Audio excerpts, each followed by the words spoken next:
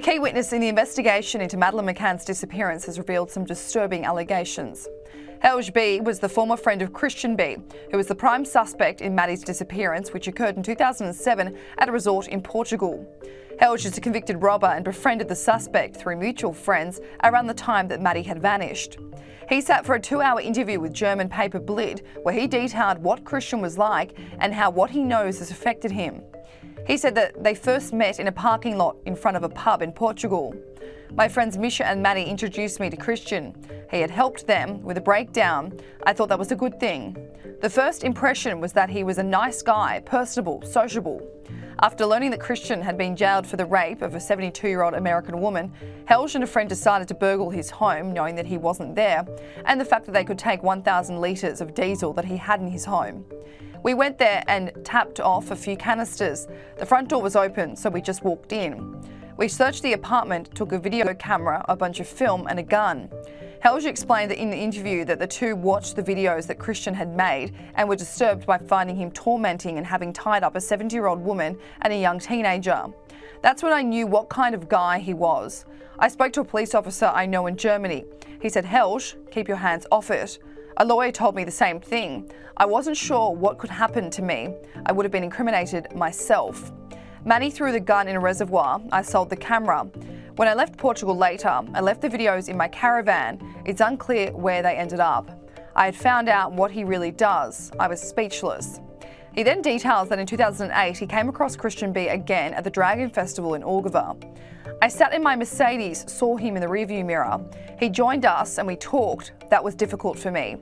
He asked me, "Don't you go to Portugal anymore and do business there?" I said, "No, since the girl disappeared there have been too many police checks for me and I don't need that at all." We came up with Maddie and I said, "Anyway, I don't understand how the little one could have disappeared without a trace." Christian had drunk 2 or 3 beers and said she didn't scream. I immediately checked what he said. I thought, he knows that. He has something to do with it. I knew his background from the video. I got really sick. The others didn't understand it at all. But he also checked that I understood that and then left that night. At 3 or 4 o'clock in the morning, he left a packed festival with his mobile home.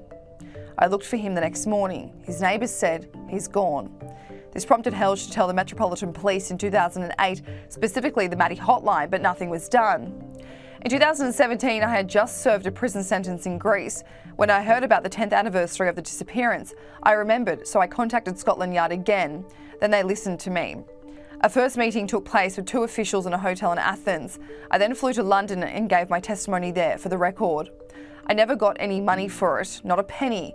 I didn't shorten my term of imprisonment with the statement either. I only contacted Scotland Yard afterwards.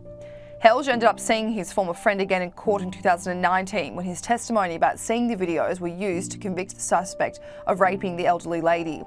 This whole situation took a toll on me. When I saw him, I thought, he's a pig. Christian will be presumed innocent until proven otherwise. My theory is that he was planning a burglary. It went wrong and he found the kids in the apartment and then he took Maddie with him. It probably wasn't planned at all. From what I know about him, I definitely believe him capable of something like that. I think he kidnapped her. I don't know if he ended up killing her. New evidence in the case was revealed when police searched a reservoir in Portugal not far from where Maddie went missing. The Sun reported a number of items were found near where Christian B spent time, but prosecutors have still hit a roadblock in the investigation. While the suspect is still in jail for rape, if he is released before the investigation concludes, then police could put him under a 24/7 watch. Former UK police officer and child safety expert Jim Gamble told Sky News in March that the beginning of the investigation into Maddie's disappearance was bungled.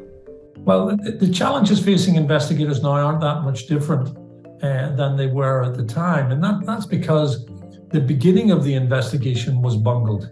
The golden hour, the hour or the 24 hours immediately after Madeleine went missing weren't captured in the way that they should have been, in a way where you could have generated immediate lines of inquiry, where you could have captured and secured the scene so that you could engage a forensic process in a much more thorough way. So lots of that was trampled over, lots of that was mismanaged, and recovering from that is always difficult. And what I found when I did the review with a highly proficient team from CEOP was that there were things that should have been done that weren't done.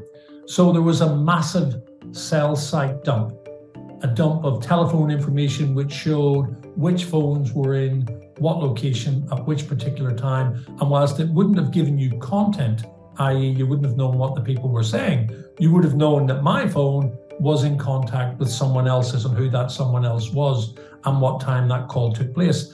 And we highlighted that as far back as 2010 as being a real opportunity missed. And I think it's ironic that when you look at the most recent and I think most viable suspect that I've seen in my time around this Christian Bruckner, when you look at the circumstantial evidence used to link him to the scene, it comes back to cell site information. His phone or a phone attributed to him being located, within a reasonable proximity to the apartment when Madeleine went missing, within 30 minutes of her going missing. That is crucial. That information should have been pursued at the time.